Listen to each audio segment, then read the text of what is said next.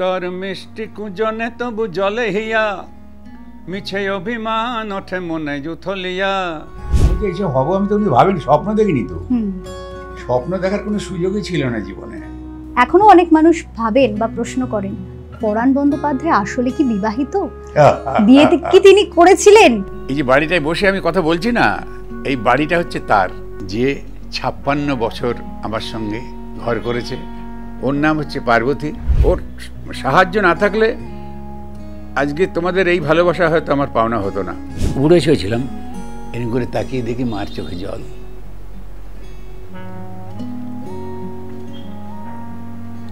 ওইটা দিচ্ছে, চোখের জলটা পটপট করে পড়ছে।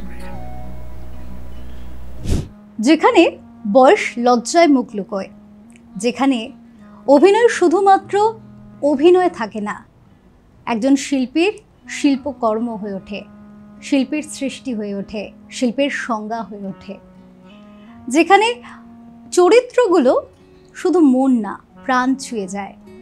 সংলাপ কখনো হাসায়, কখনো কাঁদায়, কিন্তু চিরস্মরণীয় হয়ে থাকে। আর সেখানে প্রাণের স্পন্দন অনুভূত হয়। এই যে প্রাণ শব্দ আমরা আজ যাকে পেয়েছি, তিনিও আমাদের প্রাণের অভিনেতা, প্রাণের শিল্পী, আমাদের প্রাণের পরাণ বন্দ্যোপাধ্যায়, আমাদের ভীষণ কাছের পরাণদা। স্যার বলাই হয়তো উচিত, কিন্তু তিনি আমাদের ভীষণ কাছের, ভীষণ আবেগের মানুষ, তো তাই দাদা বলে সম্বোধন করব। এই মুহূর্তে ওঙ্কার বাংলার দর্শকদের সামনে টেলিকথায় রয়েছে আমি অপরূপা, এবং আমার সাথে আমি পেয়েছি আজকে ভীষণ বিশেষ মানুষ একজন, পরাণ বন্দ্যোপাধ্যায়। নমস্কার দাদা। নমস্কার। আজকে ওঙ্কার বাংলা টেলিকথার দর্শকরা আপনাকে পেয়ে ভীষণ খুশি হবে, আমরাও ভীষণ আবেগপ্রবণ হয়ে পড়েছি। দাদা, প্রথমেই যে প্রশ্নে যাব, আপনি ভীষণ মজার মানুষ, আমরা এটা তাই জন্য একটু আজকে আপনার থেকে আনন্দের কথাই শুনবো, এবং আনন্দের কথা, মজার কথা মানে ছেলেবেলা তো আসে। ছেলেবেলাটা কেমন কেটেছে দাদা? আনন্দের কিছু মুহূর্ত? ছেলেবেলায় আমার শরীরে বিভিন্ন জায়গায় কেটেছে, কোনো হাত কেটেছে, পা কেটেছে, মাথা কেটেছে। সুতরাং ছেলেবেলায় অন্যান্য ছেলেপুলেদের অল্প বয়সে কি কাটে জানি না, আমার অনেক জায়গায় কেটেছে। আমি পাখি ধরতে গিয়ে আমার বুক ছড়ে গেছে, তারপরে ফেলে দেওয়া নারকেল মালাকে মুখে দেওয়ার জন্য পিঠ ভেঙেছে, এসব নানান রকম ব্যাপার আছে।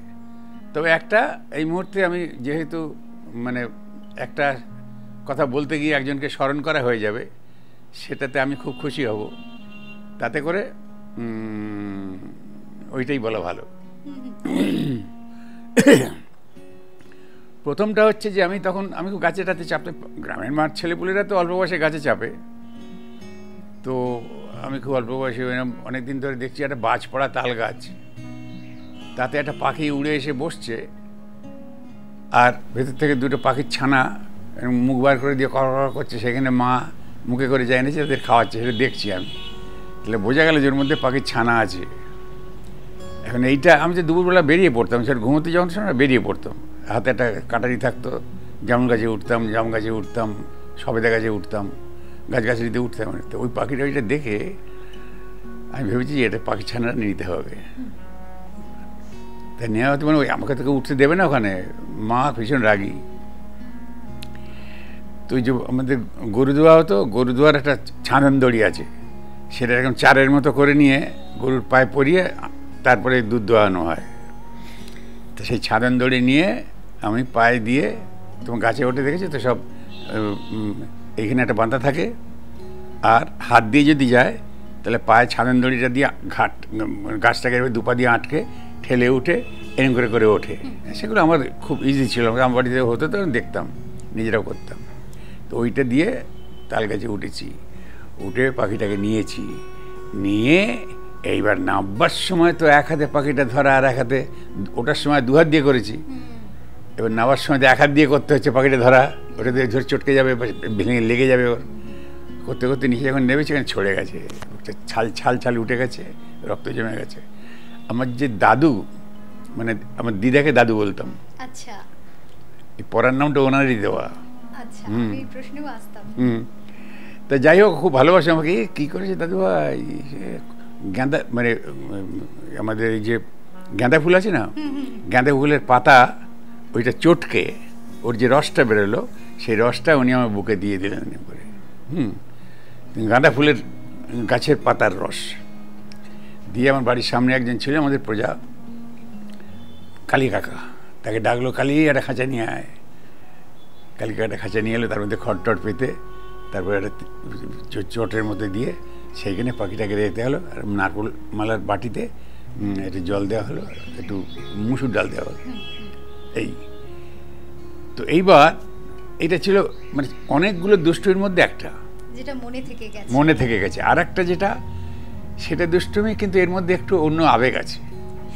হ্যাঁ, সেটা হচ্ছে এই যে গাছ থেকে নারকেল পড়া হয়েছে, সেগুলো করানো হচ্ছে, এই দাদু মানে দিদা মা ওসব করাচ্ছে, আর নারকেল মালাগুলো এরকম মানে রেখে দিচ্ছে এরকম করে। তার মধ্যে একটা মালা আমি লোভে আছে কখন ওখান থেকে একটু পাবো। তো আমাকে দাঁড়িয়ে থাকা দেখে দিদা দিয়েছে, এই নাও। আমাকে বলে বুকের ধন, নাও দিয়ে দিয়ে খেয়েছি। খেতে খেতে আরও একটু লাগছে, কিন্তু মা খুব গম্ভীর। এবার আমি দেখছি যে কুড়িয়ে ফেলে দিচ্ছে, সেখানে কিছু লেগে থাকছে। তো তা আমি সেইখান থেকে একটা মালা নিয়ে একটু আত্মগোপন করে এগুলো খাচ্ছি। মা দেখতে পেয়েছে, দেখতে পেয়ে রেগে গিয়ে, জাঁতা ছিল আমাদের, ডাল ভাঙা জাঁতা, দেখেছি জাঁতা? হ্যাঁ, তো ওই এই লাঠিটা, এইটুকু লাঠি, ওইটা দিয়ে আমাকে, আমি খাচ্ছিলাম, এই পিঠে এক বাড়ি ওইটার আচমকা লাগাতে আমি একবারে মানে প্রায় ডান পিঠে ছিলাম, তো অজ্ঞানটা হয়নি, কিন্তু প্রচণ্ড ব্যথা পেয়েছি। চিৎকার করে কাঁদিও নিয়ে, কিন্তু দাদু দেখতে পায়নি। দাদু দেখতে পেলে মার একবারে 12টা বাজিয়ে দিত। তো খবর ছিল। এইবার হয়েছে কি, যেটা মজার, যেটা স্মরণীয়, জীবনে কোনোদিন ভুলবো না। মানে কি হলো, সন্ধেবেলায় আমার ওই দুপুরবেলায়, এটা তো ওই দুপুর বিকেল টিকেল নাগাদ হয়েছে, সন্ধেবেলায় খুব ব্যথা করছে, বসতে পারছে না, করছে না, করছে, মার সঙ্গে কথা বলছি না। তখন কী হয়েছে দাদু ভাই? না কিছু না। বলো কী হয়েছে? কোমরে লেগেছে। কী করে লাগলো? মা মেরেছে। মার নাম ছিল কমলা। কমলি, তুই পরাণে মারেছিস? বলে হ্যাঁ, ওই নারকলের মালা খাচ্ছিল। কই দেখি, হাত দিয়েছি, উমা করে উঠেছি। এবার মা ইতিমধ্যে আমাদের সঙ্গে দাদির সঙ্গে কথা হচ্ছে, মা ইতিমধ্যে গরম কড়াইতে কাঠকয়লা গরম করে নিয়ে এসেছে। তার উপরে একটা পাতা দিয়েছে, পাতা মানে লোহার পাত দিয়েছে, দিয়ে দুটো কাপড়ের পোঁটলা গরম করে তার উপরে দিয়েছে, দিয়ে আমাকে ডাকছে, এদিকে আয়। আমি গেলাম, এদিকে আয়, সে বড় কোলের ওপরে। আমি উবুড়ে তো উবুড়ে শুয়েছি। এবারে একটা করে পুঁটলি আমার এই সিদ্ধানের উপরে দিচ্ছে, রাখছে, দিচ্ছে, রাখছে, এটা করছে। তা আমার সারানো লাগছে। হঠাৎ এই কাঁধের এখানে দেখলাম একটা গরম জলের ফোঁটা। আমি তো উবুড়ে শুয়েছিলাম, এরকম করে তাকিয়ে দেখি মার চোখে জল।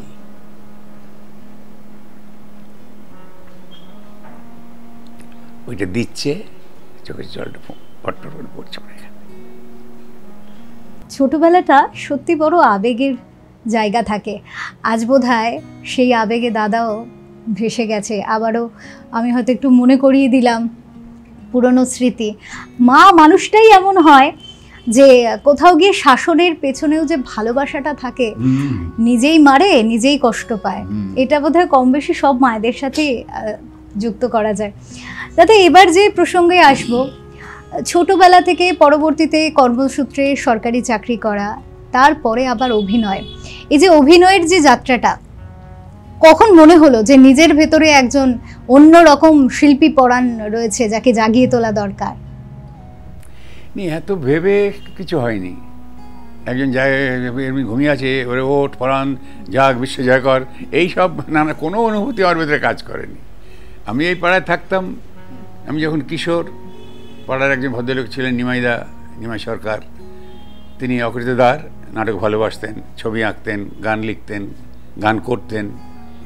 তিনি আমাদের বছরে আমাদের সব কিশোরদের নিয়ে বার দুয়েকের মতো নাটক করাতেন আর কি।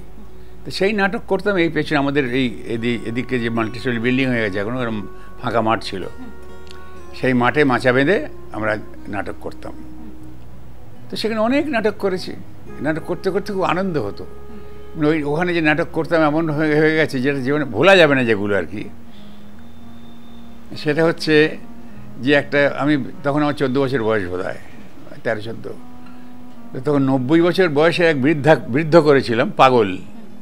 তো সেইটা করে আমি খুব প্রশংসিত হয়েছিলাম, পুরস্কার পেয়েছিলাম, আমাকে সোনার মেডেল দিয়েছিল একটা। তারপরের দিন নিমাইদার এক বন্ধু জড়িয়ে ধরে কি হাসতে আমাকে চুমু খাচ্ছে, আদর করছে। আমি তখন ভালো বিশাল 6 ফুট 2 ইঞ্চির মতো লম্বা, আমি তো খুব রোগা ছিলাম, খুব ভয় পেয়ে গেছি, এত জোরে বুকে তুলে নিয়ে জাপটে ধরে এরকম করছে। তখন কালকে তো ভদ্রলোককে স্বাভাবিক দেখলাম, আজকে পাগল হয়ে গেল, আর কেউ নেই। আমি সকালে বেরিয়েছিলাম গুলি খেলবো বলে, তখন ওখানে বন্ধুবান্ধবরা কেউ তখন বেরোয়নি, একা পড়ে গেছি। তখন এই রে ভীষণ একা লাগছে আর অসহায় লাগছে। তারপরে নিমাইদে বেরোলো, নিমাইদে বলছে কী করেছে ছেলেটা, করছে। তখন বুঝলাম প্রশ্ন নামিয়ে দিল, দিয়ে তখন বুঝলাম এতক্ষণ আমাকে আদর করে মানে প্রশংসা করছে গতকাল রাত্রে এটা দেখে। তা সেই সব আনন্দ মনে আছে। তখন ভেবেছিলাম যে লেখাপড়া শিখে কী হবে, আমি তো পড়াশোনা খুব ভালো ছিলাম না। এইসব থিয়েটার করলে তো কত মানুষের প্রশংসা পাওয়া যায়, ভালোবাসা পাওয়া যায়, পুরস্কার পাওয়া যায়। তো নিমাইদাকে বলেছিলাম, নিমাইদা কিছু তাহলে এসে তোমরা কেন বারবার আমার লেখাপড়া করতে বলে পড়ান, লেখাপড়া না শিখলে গাঁট কাটতেও পারবে না। জীবনে বাঁচতে গেলে তো গাঁট কেটেও খেতে হবে, সেটাও পারবে না যদি লেখাপড়া না শেখো। এইসব মনে পড়ে আর কি এসব কথা বলতে গেলে এখন। তবে ওসব ভাবিনি কোনোদিন যে নিজের ভেতরে কি সব মানুষের মধ্যেই প্রতিভা আছে। সেইভাবে দেখতে গেলে সব মানুষের মধ্যেই প্রতিভা আছে। কেউ একটু সুযোগ পেলে, সামান্য একটা সুযোগ পেলে সেইটাকে দিয়ে বাস্ট করলো। কে হাজার থাকলেও সে সুযোগটা পেল না, আমাদের যা সামাজিক ব্যবস্থা। তো সেটা কিছু বলা যায় না। ওইভাবে আমাকে একটা কিছু করতে হবে, দুনিয়া কাঁপানো 5 দিন করবো না, ওইসব আমার মনের মধ্যে কোনো, আমি যে এইসব হবো আমি তো কোনো ভাবিনি, স্বপ্ন দেখিনি তো। স্বপ্ন দেখার কোনো সুযোগই ছিল না জীবনে, সুযোগ ছিল না, অবসরও ছিল না, হয়ে গেল এটা আর কি।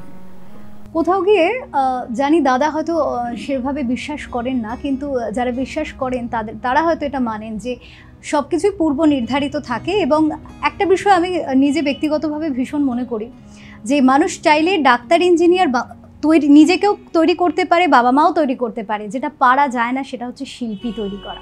শিল্পী ঈশ্বর তৈরি করেন, এটা বিশ্বাস করি। শিল্পী কিন্তু শুধুমাত্র ঈশ্বর তৈরি করতে পারেন। কারণ আপনি যতই ঘষুন মাজুন, আপনি কোনো দিন একজন যার অভিনয় ক্ষমতা নেই তাকে অভিনেতা বানাতে পারবেন না, যার কণ্ঠ নেই তাকে গায়ক বানাতে পারবেন না। তো এই শিল্প সত্তাটা ওপর থেকে নিয়ে আসে মানুষ।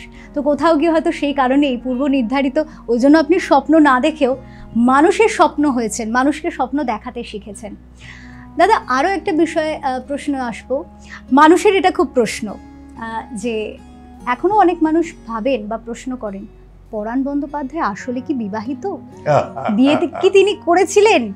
এই প্রশ্নের উত্তর যারা আমাদের দর্শকদের রয়েছে তাদের জন্য একটু জানতে চাইব, এবং তারপরে কিছু দুষ্টু মিষ্টি গল্প শুনতে চাইব বিবাহিত জীবনের। হ্যাঁ, মানে এত জানার জিনিস থাকতে হঠাৎ আমি বিবাহিত কিনা এইটা জানবার জন্য এত আলোড়ন কেন, এত উৎসুক কেন, এটা ভাবতে গেলে আমার একটু নিজেও খুব কৌতুক বোধ করছি, আবার একটু দুষ্টুমিও জাগছে। এর উত্তর কিন্তু আছে। আপনি কিন্তু অনেকের মনে রাজত্ব করেন, তারাই হয়তো একটুখানি দেখে নিতে চায় যে আপনি কতটা এখনো পর্যন্ত যেরকম আমাদের বলিউডের সালমান খান, সেরকমই কোথাও গিয়ে পরাণ বন্দ্যোপাধ্যায় বঙ্গের কিনা। তো এরকম অনেক মানুষের কৌতূহল হয়তো আছে। বেশ, তো সে কৌতূহলটা সেই সন্ধান তো তোমার মুখ থেকে পেলাম। আমি তো জানি না এত কৌতূহল নিয়ে বেঁচে আছি দর্শক শ্রোতা। তো বেশ, তো সেই কৌতূহল নিবৃত্ত করার জন্য আমি বলছি, আমার কিন্তু বলতে কোনো বাধা নেই। সেটা হচ্ছে আমার যখন খুব অল্প বয়স, তো তার আগে শেষের কথাটা প্রথমে বলে ফেলি। এই যে বাড়িটায় বসে আমি কথা বলছি না, এই বাড়িটা হচ্ছে তার। কার সেটা বলছি। আমার যখন খুব অল্প বয়স, এই 9-10, তখন আমরা এখানে পাড়াতে গাদি খেলতাম, ছেলেরা মেয়েরা একসাথে খেলতাম। বড়রা বলেছিল গাদি খেলতে খেলতে পা চালাবে না, মেয়েদের দিকে কখনো পা যেন না যায়। তো সেইখানে তাদের সঙ্গে খেলাধুলো হতো। তাই সেই ওই যে মেয়েরা খেলতো, তার মধ্যে একজন কেমনভাবে যেন শৈশবে, তখন তো শৈশব উত্তীর্ণ কৈশোর, আমরা একসঙ্গে খেলতাম। ওই মেয়েটি যখন কোনোদিন যদি না আসতো খেলতে, তাহলে মনে হতো যে কিছু মিস করছি যেন। তাহলে কি কাছেই তো বাড়ি, আমার বাড়ি আর ওই যাকে মিস করছি তারও বাড়ি কাছে। তো ভাবলি কিন্তু অসুখ করলো, কি শরীর খারাপ হলো, এইটা মনের মধ্যে হতো। এই যে প্রেম শব্দটার সঙ্গে পরিচয় হলে তো অনেক পরে, তখন শুধু বলছে খেলার সাথী সে আজকে এলো না, শুধু এইটুকু অনুভব হতো। এরপরে হলো কি, যখন স্কুল ছেড়ে কলেজে ঢুকলাম, ঘটনাচক্রে আমি যখন শেষে বলছি, সে যে কলেজে ভর্তি হলো আমিও সেই কলেজেই ভর্তি হলাম। সে মর্নিংয়ে পড়ে, আমি ডেতে পড়ি। তখনও কিন্তু আমরা কেউ কাউকে বলিনি যে তুমি আমি তোমায় ভালোবাসি, তুমি আমায় ভালোবাসো, এইসব বলা টলা হয়নি। কিসের একটা যেন ওই জায়গায় পড়ার থাকে পরিচিত, এরকম একটা বন্ধুত্ব হচ্ছে, এরকম কী যেটা হয়েছে, ওইসব অনুভূতি কোনোদিন কাজ করেনি। আমি একটু তাড়াতাড়ি যেতাম, সকালে ছুটি হতে একটু মিট করতাম। তো ওই খানাপিনা বলে একটা রেস্টুরেন্ট আছে, ওইখানে বসে একটু চাটা খেতাম, তারপরে ও বাড়ি চলে আসতো, আমিও কলেজে ঢুকে যেতাম। এইবার এইভাবেই চলছে। কিন্তু কেউ, আমরা ওই সিনেমা দেখতে যাওয়া, গঙ্গার পাড়ে বসে দৃশ্য দেখা, বা কোথাও রেস্টুরেন্টে খেতে যাওয়া, এসব কোনো দিন হয়নি, কোনো দিন না। এগুলো আমার ছেলেপুলেরা বুঝতে পারলেন আবার যে আমি বিবাহিত না, মানে পাড়ার ছেলেপুলেরা বা অন্য বন্ধুবান্ধব যারা, তারা ভাবছে কী রে, এই তারা পরবর্তীকালে যারা জেনেছে তারা বলছে বাবা এইরকম করে সব হয় নাকি। তাদের ধারণা যে আমি প্রেম করিনি। তো এই প্রেম সম্পর্কে দুটো কথা বলবো এখন আমি। তো এই চলছে, চলতে চলতে চলতে চলতে কোথায় যেন কখন এটা চলছে, কবে থেকে শোনো, 1950 তখন থেকে ওই আবেগ তাড়িত হয়ে এই যে বন্ধু সে আজ খেলতে আসেনি কেন, এই যে অনুভূতি, এটা আমার যখন মানে তখন 50 বছর, মানে 50 সাল আর কি, তখন 1950। তারপরে 55 সালে স্কুল ফাইনাল দিলাম, সিটি কলেজে ভর্তি হলাম। এইবার কলেজ থেকে বেরিয়ে 55 থেকে 64 পর্যন্ত আমরা এই বাড়িটা তো রাস্তার ওপরে, আর আমি থাকতাম ওপাশে। এই যাতায়াতে আমার নিচের ঘরে, এখন আমি যে ঘরে থাকি সেই ঘরের জানলা দিয়ে রাস্তা দিয়ে দেখতে পাওয়া যেত। হ্যাঁ, তো সেখান থেকে মাঝে মাঝে দেখতাম চুল আঁচড়াতে, কারণ ড্রেসিং টেবিলটা সামনে ছিল, ওই দেখা হতো। তারপরে মাঝে মধ্যে জানলা থাকলে সেখান থেকে কিরে কেমন আছিস, তোদের পরীক্ষা কবে, এইসব হতো আর কি। হতে হতে হতে হতে হতে হতে হতে হতে আরও দেখা হয়, পাড়ায় দেখা হয়। 64 সালে অনেক টার্মোয়েলিং আছে এর মাঝখানে, আমাদের রেজিস্ট্রেশন হলো। তারপরে 65 সালে বাড়ি নিয়ে গেলাম। আমার বাড়িতে দাদা ভাবি, মানে দাদার বৌদি, মা, দাদার প্রথম ছেলে, সব। আমার দাদা ছিল আমার পিতার মতো, বন্ধুর মতো এবং শাসকের মতো। মানে তারা চিনত, মাও চিনত, দাদাও চিনত, সবাই চিনত। তারা কেউ কিচ্ছু বলল না, শুধু গ্রহণ করলো। তারপরে ওই যে ভাবি আমার বৌদি আর কি, তার মা অনুষ্ঠান করে আগুন জেলে, যেমনভাবে হয় সেইভাবে হলো। মনে আছে যেটা, সেটা বলি মজা করে। এখন এই বয়সে এসে বলে তো কোনো মানে অন্য কোনো অনুভূতি নেই, শুধু তোমাদের জানাবার জন্য বলছি। ওই জানলাটা খোলা, কেন মনে আছে, আকাশ দেখতে পাওয়া যায়, চাঁদ উঠেছে। মানে এতটুকু কাব্যময়তা নেই কিন্তু এখানে, আমি ঘটনা কীভাবে ঘটে গেল তাই বলছি। চাঁদতে দেখছি, দেখে তখন আমিই বললাম, বললেন দেখো এতদিন ধরে সেই ছোটোবেলা থেকে আমাদের পরিচয়, তারপরে আমরা একটু বড় হলাম, কলেজে ঢুকলাম, একটু ম্যাচিওর হলাম, তখন তো বুঝতে পারলাম যে আমরা একে অপরকে মানে কাছে পেতে চাই, আর একটা সম্পর্ক তৈরি হয়েছে। কিন্তু এখনো পর্যন্ত তুমিও বললে না, আমিও বললাম না যে আমি তোমায় ভালোবাসি। বলে দূর মরণ। আমি বললাম বাবা কোথায় বললাম আমি এটা? হ্যাঁ, ওর সব কাব্য হয়তো আসতো না।